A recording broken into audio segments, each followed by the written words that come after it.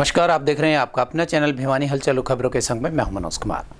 आइए सबसे पहले डालते हैं नजर आज की हेडलाइंस पर। एनएचएम कर्मचारी 2 अगस्त तक रहेंगे हड़ताल पर।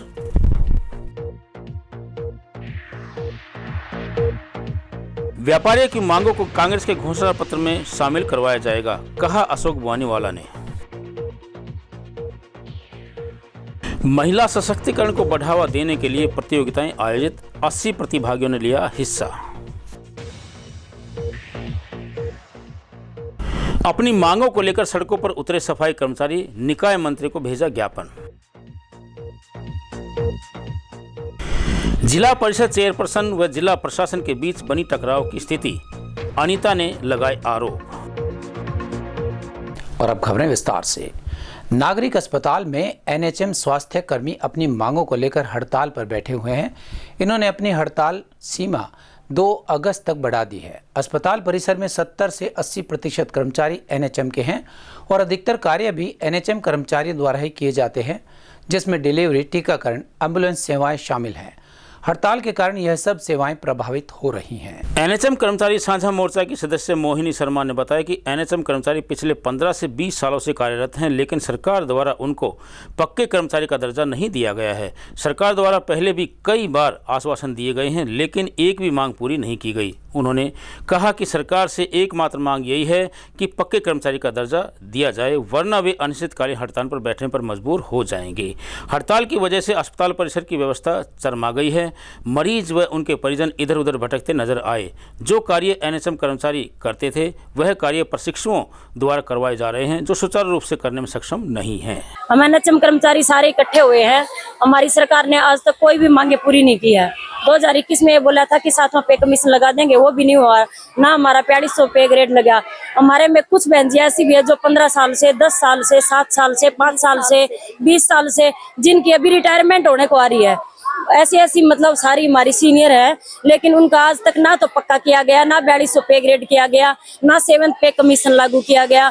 हमारे को आज तक कोई भी मतलब फायदा नहीं मिला है। सिर्फ हमारे से काम तो उतना करवाया जा रहा है जो पक्कों से करवाया जा रहा है। वही सारे काम हमारे से ऑनलाइन भी करवाए जा रहे हैं। आईए की नौकरी भी साथ में कर रहे हैं हम, वो भी हमारे काम कर रहे हैं। एलटी के काम भी हमारे से करवा रहे हैं, एचबी वाले काम भी हमारे से करवा रहे हैं। वो जब हम सारे काम कर सकते हैं तो हमें नौकरी भी उनके बराबर होनी चाहिए ना। लेकिन हम अब हमारी यही मांगे रहेगी कि हमें कुछ नहीं चाहिए, सिर्फ हमारे को पक्का करो। हम पक्का करके ही यहाँ से उठेंगे, नहीं तो हमारा आंदोलन ऐसे ही चलता रहेगा और बहुत जोर शोर से हम बिल्कुल रोडों पे निकल आएंगे और हम कोई भी काम नहीं करेंगे जब तक हमारी मांगे पूरी नहीं होगी। मैं 17 साल से एनएचएम में जॉब कर रही हूँ और जो मेरे साथी हैं जो 27 सालों से जॉब कर रहे हैं और कच्चे कर्मचारी हैं, अब तक हमारी एक ही मांग है कि हमें पक्का किया जाए। और जो हमारे माथे पे कच्चा का दफा लगा हुआ है, हम इसे हटाना चाहते हैं और हमें पक्का किया जाए। हमारी और कोई डिमांड नहीं है, सिर्फ हमें पक्का किया जाए। आगे अगर हमारी सरकार बात नहीं मानेगी तो ये आगे तक लंबा चलेगी हड़ताल हमारी।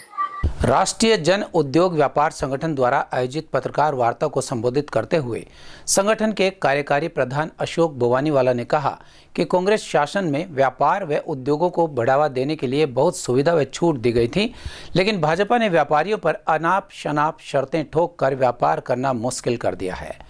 उन्होंने बताया कि 11 अगस्त को पानीपत में होने वाले प्रदेश स्तरीय व्यापारी सम्मेलन में मुख्य अतिथि के रूप में नेता प्रतिपक्ष भूपेंद्र सिंह हुड्डा होंगे। उन्होंने बताया कि व्यापारी सम्मेलन में व्यापारियों की विभिन्न समस्याओं पर विचार किया जाएगा ताकि कांग्रेस के चुनावी घोषणा पत्र में भी शामिल किया जा सके। संगठन के प्रदेश अध्यक्ष गुलशन डंग ने कहा कि भाजपा सरकार की गलत नीतियों से हरियाणा से व्यापार ठप होता जा रहा है। पत्रकार वार्ता को संबोधित करते हुए राष्ट्रीय जन उद्योग व्यापार संगठन के कार्यकारी प्रधान अशोक बुआनीवाला ने कहा कि 11 अगस्त को पानीपत में होने वाले प्रदेश स्तरीय व्यापारी सम्मेलन में बतौर मुख्य अतिथि नेता प्रतिपक्ष भूपेंद्र सिंह हुड्डा रहेंगे तथा अध्यक्षता प्रदेश अध्यक्ष उदय भान करेंगे। उन्होंने बताया कि व्यापारी सम्मेलन में व्यापारियों की विभिन्न समस्याओं पर विचार किया जाएगा ताकि उन समस्याओं को हल करवाया जा सके। इसके साथ ही व्यापारियों की समस्या को कांग्रेस के चुनावी घोषणा पत्र में भी शामिल करवाया जाएगा। संगठन के प्रदेश अध्यक्ष गुलशन डंग ने कहा कि भाजपा सरकार की गलत नीतियों से हरियाणा में व्यापार ठप होता जा रहा है। सरकार ने जीएसटी के तहत नए नए टैक्स लगाकर व टैक्सों में बढ़ोतरी करके जनता पर आर्थिक बोझ डाल दिया है। संगठन के जिला अध्यक्ष प्रेम धमीजा ने कहा कि आज प्रदेश में कानून व्यवस्था का दिवाला पिट चुका है। अपराधी दिन दहाड़े दुकानों पर फायरिंग करके व्यापारियों से फिरौती मांगने की व मंथली मांगने की मांग कर रहे हैं। आज का मुख्य जो हमारा एजेंडा है, कांग्रेस पार्टी द्वारा 11 अगस्त के व्यापारी सम्मेलन, जिसका मुझे को कन्वीनर बनाया गया है, पूरी स्टेट का सह संयोजक बनाया गया है, उसके लिए आपके बीच में हम आज प्रस्तुत हुए हैं। और यहाँ धमीजा साहब के माध्यम से यहाँ हम सभी व्यापारी साथियों को अपना व्यक्तिगत तौर पर जाके मिलेंगे भी सही, निमंत्रण देने आए हैं कि उस सम्मेलन में बढ़ चढ़कर भाग लें। और बात ये आती है कि कांग्रेस पार्टी द्वारा ये जो व्यापारी सम्मेलन बुलाया गया है, उसमें जो मुख्य बात है, आज प्रदेश हर वर्ग का आदमी त्राही त्राही कर रहा है। विशेष तौर पे आपने देखा होगा, पत्रकार बंधुओं से कोई बात छुपी नहीं हुई है, पीछे लॉ एंड ऑर्डर की जो स्थिति प्रदेश में है बड़ी दयनीय है। हांसी में एक हमारे व्यापारी का मर्डर, एक्सटॉर्शंस और ऑर्गेनाइज क्राइम जितना अब बढ़ा है, आज तक इतिहास में कभी नहीं बढ़ा। पहले तो यहाँ छोटे मोटे गैंग हुआ करते थे, अब अंतर्राष्ट्रीय गैंग व्यापारियों को डराने धमकाने में और फिरौतियां मांगने में। इसका जो डाटा है केंद्र सरकार के पास भी है और किसी से छुपा हुआ नहीं है। एक तो कानून व्यवस्था को लेकर उस सम्मेलन में हम अपनी बात रखेंगे, क्योंकि किसी भी देश की रीढ़ की हड्डी जो होती है वो कानून व्यवस्था ठीक हो, और व्यापारी एक रीढ़ की हड्डी होती है। देश की तरक्की में उसका सबसे बड़ा अहम योग होता है। किसी भी अंतर्राष्ट्रीय स्तर पर या राष्ट्रीय स्तर पर जो व्यापारी वर्ग होता है, एक रीढ़ की हड्डी होता है, उसके ऊपर आज बेचारे के ऊपर चाहे एक मंदी की मार। हम पीछे अशोक भाई जी के साथ हमने बड़ा अच्छा कैंपेन चलाया था ई कॉमर्स कंपनियों के खिलाफ। एमएसएमई में क्या हो रहा है कि एमएसएमई के कुछ रूल्स भारत सरकार ने डिफाइन किए हैं, और उन रूल्स के मुताबिक कोई भी व्यापारी, कोई भी एमएसएमई का जो ऑनर है, वो अगर बिलिंग कर देता है किसी भी कंज्यूमर को या किसी भी ट्रेडर को, तो उसको 45 डेज के अंदर पैसा देना होता है। और वो 45 दिन में जब पैसा देता है तो उसका आगे का एक रोटेशन घूमता है कि एमएसएमई का रूल है। लेकिन अभी इस सरकार ने क्या किया है कि हरियाणा की सरकार ने खास तौर पे कि जो एमएसएमई के रूल्स हैं उनको फॉलो नहीं हो रहे। इन्होंने एक ट्रिब्यूनल बनाया हरियाणा की सरकार ने, उसमें एमएसएमई का जो कमिश्नर है वो उसके अंदर ट्रिब्यूनल का चेयरमैन है, और उसके पास आज की स्थिति में 450 से ज़्यादा केसेस तो लंबित है, जो 6-6 साल से 5-5 साल से उनके फैसले नहीं हो रहे। अभी उस रूल का क्या फ़ायदा जब 45 दिन में आपने पेमेंट दिलानी है। और एमएसएमई एक ऐसा ऑर्गेनाइजेशन है जो लिमिटेड कैपिटल के ऊपर काम करता है। उनकी वैल्यू है, अभी 5 करोड़ से कम के लोग एमएसएमई में आएंगे। अब मान लो उसको 6 साल तक उसको अगर इंसाफ ही नहीं मिल रहा, तो इस तरह के काफ़ी बिल 5 करोड़ से ज़्यादा, 10 करोड़ से ज़्यादा लोगों के बिल पेंडिंग हो गए हैं, और ये ट्रिब्यूनल फैसला नहीं दे रहा। आज तक ये प्रॉब्लम क्रिएट हो रही है पूरे हरियाणा में। हमने अभी जैसे घूमे हैं और इसी कार्यक्रम को लेके, 11 अगस्त के कार्यक्रम को लेके, और बहुत सारी समस्याएं हमारे को व्यापारियों से मिलने के बाद, इंडस्ट्री वालों से मिलने के बाद मिल रही है। और उन सारी चीज़ों को हम मैनिफेस्टो में समायोजित करने के लिए जो हमारी चेयरपर्सन है गीता भुक्कल जी, उनको हमने देना है। तो ये कार्यक्रम जो 11 अगस्त का है पूरे हरियाणा का कार्यक्रम है, और इसमें पूरे हरियाणा के व्यापारी हिस्सा लेंगे और अपने सारे संयुक्त रूप से आदरणीय उदय भान जी को और भूपेंद्र हुड्डा जी को एक ज्ञापन सौंपेंगे, जो समस्याएं व्यापारियों की है वो उसमें समायोजित करेंगे। महिला एवं बाल विकास विभाग द्वारा बेटी बचाओ बेटी पढ़ाओ व महिला सशक्तिकरण को बढ़ावा देने के उद्देश्य से प्रतियोगिता का आयोजन किया गया, जिसमें 80 प्रतिभागियों ने भाग लिया। प्रथम स्थान पर रहने वाली छात्रा को 5100 रुपये, द्वितीय स्थान पर रहने वाले प्रतिभागी को 3100 रुपये और तृतीय स्थान पर आने वाली छात्रा को 2100 की इनाम राशि प्रोत्साहन के रूप में दी गई। महिला एवं बाल विकास परियोजना अधिकारी वैशाली ने बताया कि इस प्रतियोगिता का उद्देश्य महिला सशक्तिकरण को बढ़ावा देना है। महिला एवं बाल विकास परियोजना कार्यक्रम अधिकारी वैशाली ने बताया कि प्रतियोगिता को 5 कैटेगरी कविता गायन, रैप, रिकॉर्डिंग वीडियो में बांटा गया है, जिसमें 80 प्रतिभागी शामिल हैं। उन्होंने कहा कि इसका उद्देश्य विभाग की योजनाओं को बताने के साथ साथ बेटी बचाओ बेटी पढ़ाओ महिला सशक्तिकरण को बढ़ावा देना व विभाग की अनेक योजनाओं के प्रति महिलाओं को जागरूक करना है।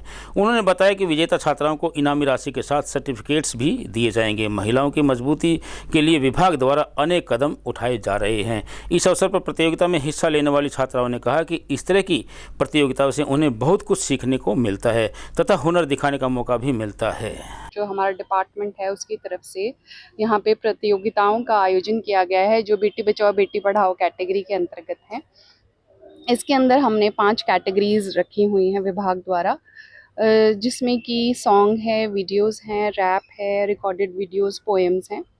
इसके तहत जो पार्टिसिपेंट आएंगे आज उनका एक ओपन कंपटीशन रखवाया गया है, जिसके अंदर जो हर एक कैटेगरी में 5100, 3100 और 2100 की इनाम राशि रखी गई है। इसका एक जो उद्देश्य है वो यही है कि ये सब जो भी क्लिपिंग्स हैं, रिकॉर्डिंग्स हैं, ये आने वाले टाइम में संभावना है कि ये रेडियो पे प्रस्तुत की जाएंगी। अराउंड हमारे पास फ़िलहाल एट प्रेजेंट अभी 80 लोग पार्टिसिपेट कर रहे हैं। ये प्रोग्राम आज शाम तक ओपन है। बिजनेस जनरेशन ही होता है, इसमें हम हमारे डिपार्टमेंट की जितनी भी स्कीम्स हैं उसके बारे में भी जानकारी रखी हुई है। वो ये जो हमारी जो आज प्रतियोगिताएं हो रही हैं उसका थीम भी यही बेस्ड है। बेटी बचाओ भी है, विमेन एम्पावरमेंट भी है, डोमेस्टिक वायलेंस भी है, आपका जो जितनी भी डिपार्टमेंट की स्कीम्स हैं उसके बारे में भी है। और मैं गांव कितलाना से आई हूँ और हमारा स्कूल गवर्नमेंट सेकेंडरी स्कूल है और यहाँ पर हम डांस के लिए आए हुए हैं जो कि हमें बहुत ही अच्छा लगा। मेरा नाम सोनम है, मैं कितलाना गांव से हूँ। मेरा school government senior secondary school Kitlana से है। हम यहाँ पर 6 लड़के आए हैं। हमारा डांस है यहाँ पर बेटी बचाओ बेटी पढ़ाओ। ये यहाँ पर ये भिवाड़ी में है, पंचायत भवन में। यहाँ पर बहुत अच्छा कार्यक्रम है। मैं बड़वा गांव से आई हूँ। मेरा स्कूल का नाम नवभारत सीनियर सेकेंडरी स्कूल है और ये प्रतियोगिता होनी चाहिए और ये हमें बहुत अच्छी लगी। लंबित मांगों को लेकर नगर परिषद सफाई कर्मचारियों का गुस्सा फूटा और सड़कों पर उतरकर उन्होंने सरकार के खिलाफ नारेबाजी की। नगर के मुख्य मार्गों पर प्रदर्शन करते हुए कर्मचारी लघु सचिवालय पहुंचे और डीसी के माध्यम से स्थानीय निकाय मंत्री को ज्ञापन पत्र भेजा। कर्मचारी नेता पुरुषोत्तम दानव ने कहा कि यदि सरकार समय रहते उनकी मांगों को पूरा नहीं करती है तो कर्मचारी बड़ा आंदोलन करने पर मजबूर होंगे और सफाई व्यवस्था को ठप कर देंगे, जिसका खामियाजा सरकार को भुगतना पड़ेगा। इस मौके पर नगर परिषद सफाई कर्मचारी नेता पुरुषोत्तम दानव ने कहा कि उन्हें समान काम समान वेतन, कच्चे कर्मचारी को पक्का, 4 बार हाजिरी व्यवस्था को रद्द किया जाए, ठेका प्रथा बंद हो, कर्मचारियों के केस बहाल किए जाएं। इन मांगों को लेकर कर्मचारी लंबे समय से संघर्षरत हैं। उन्होंने कड़े शब्दों में कहा कि सरकार उनकी मांगों को जल्द पूरा करे, नहीं तो सरकार को इसका खामियाजा भुगतना पड़ेगा। उन्होंने उपायुक्त के माध्यम से निकाय मंत्री को ज्ञापन भेजा। करके डीसी के माध्यम से जो हमारे जो निकाय मंत्री है सुधा जी, उनके नाम ज्ञापन दिया है। जो हमारे महानिदेशक है उनके नाम ज्ञापन दिया है। जो हमारे निकाय विभाग के जो डायरेक्टर है उनके नाम ज्ञापन दिया है। हम बार बार ज्ञापन दे रहे हैं। आप भी देख रहे हो, लंबे समय से हम पत्राचार से और प्रदर्शन कर धरने से जुलूस कर सरकार को चेताने का काम कर रहे हैं। या तो हमारे सभी कच्चे कर्मचारी है वे कलम से पक्के हो और जो ठेका प्रथा है वे बिल्कुल जड़ से समाप्त हो। हम ये फिर कहना चाहते हैं 2024 में इस सरकार को आने वाले समय में बहुत बड़ा खामियाजा भुगतना पड़ेगा और जो सभी कर्मचारियों की मांगे पक्की नहीं करी तो उन्हें पक्के नहीं करे। हम ये फिर कहना चाहते हैं, हम बार बार मैं कह रहे हैं कि हम हड़ताल करने के पक्ष में नहीं है। हम हरियाणा प्रदेश के नागरिक हरियाणा के पक्ष में है, हम आम पब्लिक के पक्ष में है। लेकिन सरकार है कैसी निकम्मी हो रही है कि हड़ताल करने में बार बार मजबूर करी है। लेकिन अब की बार है जो हम सरकार के साथ ये फाइनल जो है आंदोलन है, सरकार या तो एक के कर्मचारी को पक्का करे, नहीं तो आने वाले समय में इनको बहुत बड़ा खामियाजा भुगतना पड़ेगा। भिवानी की जिला परिषद अध्यक्ष अनीता मलिक ने प्रशासन पर गंभीर आरोप लगाते हुए कहा कि उन्हें उनके पद के अनुरूप मूलभूत सुविधाएं नहीं दी जा रही हैं। उनका कहना था कि उनके दफ्तर में LED कैमरा और कंप्यूटर जैसे उपकरणों को बंद कर दिया गया है वहीं जिला परिषद के सीईओ अश्वीर सिंह ने इन सभी आरोपों को खारिज किया है। उन्होंने कहा कि भिवानी जिले के जिला परिषद अध्यक्ष को ही स्टेनो दिया गया है, दूसरे किसी भी जिले में स्टेनो नहीं है। भिवानी जिला परिषद की चेयरपर्सन अनीता मलिक ने भाजपा छोड़ कांग्रेस में शामिल होने के बाद उनकी और जिला प्रशासन के बीच टकराव की स्थिति पैदा हो गई है। अनीता मलिक ने प्रशासन पर आरोप लगाया कि उनके कार्यालय में सभी आवश्यक उपकरण हटा दिए गए हैं और उन्हें बंद भी कर दिया गया है और आए हुए टेंडरों को भी रद्द कर दिया गया है। वहीं प्रशासन की ओर से अश्वीर सिंह ने मलिक के आरोपों को खारिज करते हुए कहा कि ऐसा कुछ भी नहीं है। सरकार द्वारा जो सुविधाएं दी गई हैं वे सभी जिला परिषद अध्यक्ष को मिल रही हैं।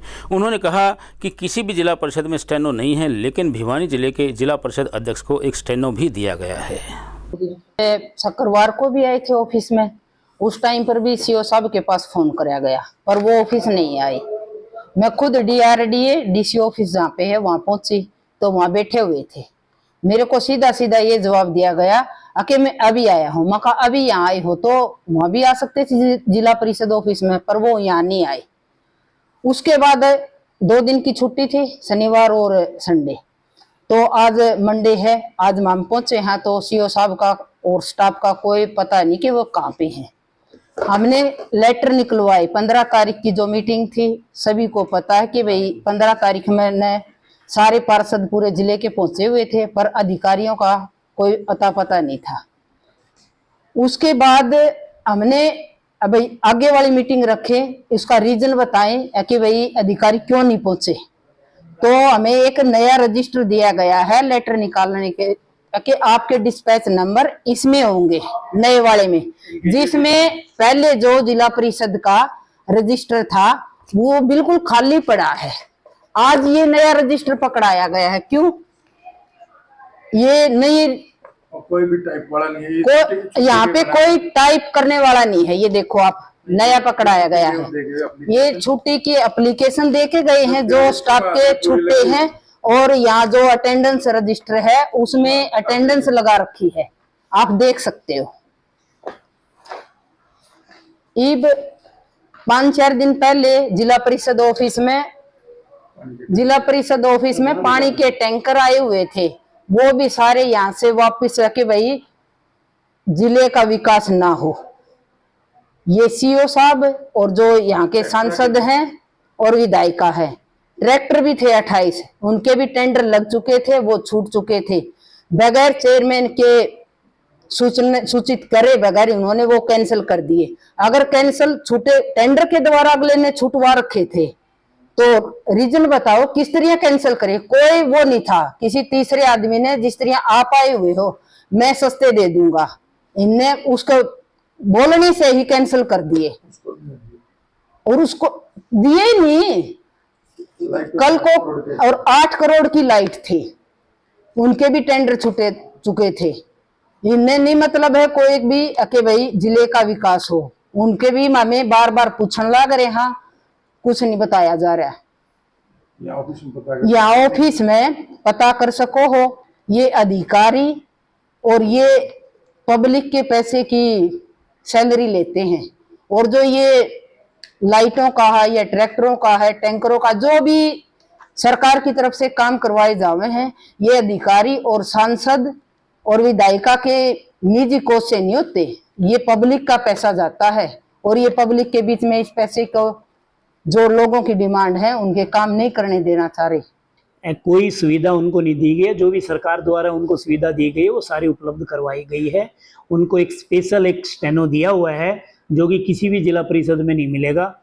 उनको अलग से एक एक्सक्लूसिवली स्पेशल डेजिग्नेट करके जो स्टेनो है वो दिया हुआ है, और उनके जो भी सुविधा के लिए वो इंटाइटल है वो सभी सुविधा उनको दी जा रही है। किसी टाइप का कोई कनेक्शन नहीं काटा गया। ये हो सकता है कि कोई बिजली में कोई खराबी आ गई हो, उसको जल्द दुरुस्त करवा देंगे, ऐसी कोई ना मेरे संज्ञान में आया है और ना ऐसा कुछ किया है। टेंडर की जो प्रक्रिया है, टेंडर हमारे अलग से एग्जीक्यूटिव इंजीनियर जिला परिषद हैं मिस्टर विजय पाल, वो लगाते हैं। अगर कोई टेंडर में हो सकता है कि टेंडर में कोई रेट वेट ज़्यादा आगे हो या मार्केट में कम रेट पे वो मिल रहा हो, सरकार के हित को देखते हुए उन्होंने अपने विवेक से और मेरिट पे टेंडर कैंसिल किया होगा।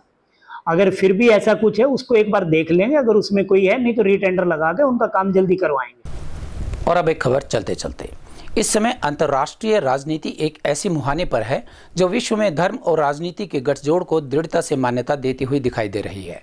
वैसे दुनिया के अधिकतर देशों में राजनीति में धर्म का प्रभाव रहा है। अमेरिका, इंग्लैंड, फ्रांस आदि देशों में कैथोलिक ईसाई धर्म का सत्ता की राजनीति में जमकर प्रयोग हुआ। अमेरिका में 2009 में बराक ओबामा, जो प्रोटेस्टेंट ईसाई थे और अश्वेत भी थे, उन्होंने राष्ट्रपति पद का चुनाव जीता और धर्म आधारित पारंपरिक राजनीति को एक नया मोड़ दिया।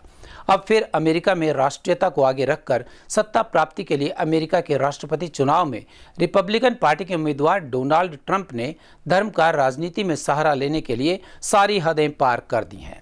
उनके वक्तव्य से स्पष्ट झलकता है कि उन्होंने चुनाव के शुरुआती दौर में ही अपना धार्मिकता का ब्रह्मास्त्र का प्रयोग कर दिया है। अब उनके पास धार्मिक समर्थन लेने के लिए कुछ नहीं बचा है। ट्रंप के इस कट्टरपंथी रवैये के बीच उनकी प्रतिद्वंदी और अमेरिका की उपराष्ट्रपति कमला हैरिस की लोकप्रियता का ग्राफ निरंतर बढ़ रहा है, बल्कि मिनीसोटा जैसे राज्य में तो 6% वो आगे भी निकल चुकी हैं। कमला हैरिस अपनी पार्टी के बड़े नेताओं का लगातार समर्थन प्राप्त कर रही हैं। अब यह तय हो गया है कि वे आगामी 8 अगस्त को डेमोक्रेटिक रूल्स कमेटी की शर्तों के आधार पर पार्टी की अधिकृत उम्मीदवार घोषित की जाएंगी। दूसरी ओर डोनाल्ड ट्रंप ने औपचारिक रूप से अपनी पार्टी के नामांकन को स्वीकार कर लिया है और पार्टी ने भी उन्हें मान्यता दे दी है। अब देखना यह है कि अमेरिका के राष्ट्रपति का चुनाव इस बार ईसाई और नस्लीय मुद्दे पर लड़ा जाता है या राष्ट्रीय मुद्दों पर लड़ा जाता है। अगर यह दोनों मुद्दे नहीं चले तो कमला हैरिस अमेरिका की प्रथम महिला राष्ट्रपति बन सकती हैं। और अब जाने से पहले एक नज़र आज की हेडलाइंस पर। एनएचएम कर्मचारी 2 अगस्त तक रहेंगे हड़ताल पर।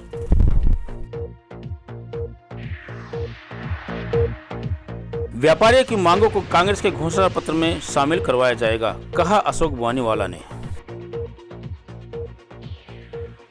महिला सशक्तिकरण को बढ़ावा देने के लिए प्रतियोगिताएं आयोजित, 80 प्रतिभागियों ने लिया हिस्सा। अपनी मांगों को लेकर सड़कों पर उतरे सफाई कर्मचारी, निकाय मंत्री को भेजा ज्ञापन। जिला परिषद चेयरपर्सन व जिला प्रशासन के बीच बनी टकराव की स्थिति, अनीता ने लगाए आरोप। हमारे आज के अंक में बस इतना ही। अगले अंक के लिए देखते रहिएगा आपका अपना चैनल भिवानी हलचल।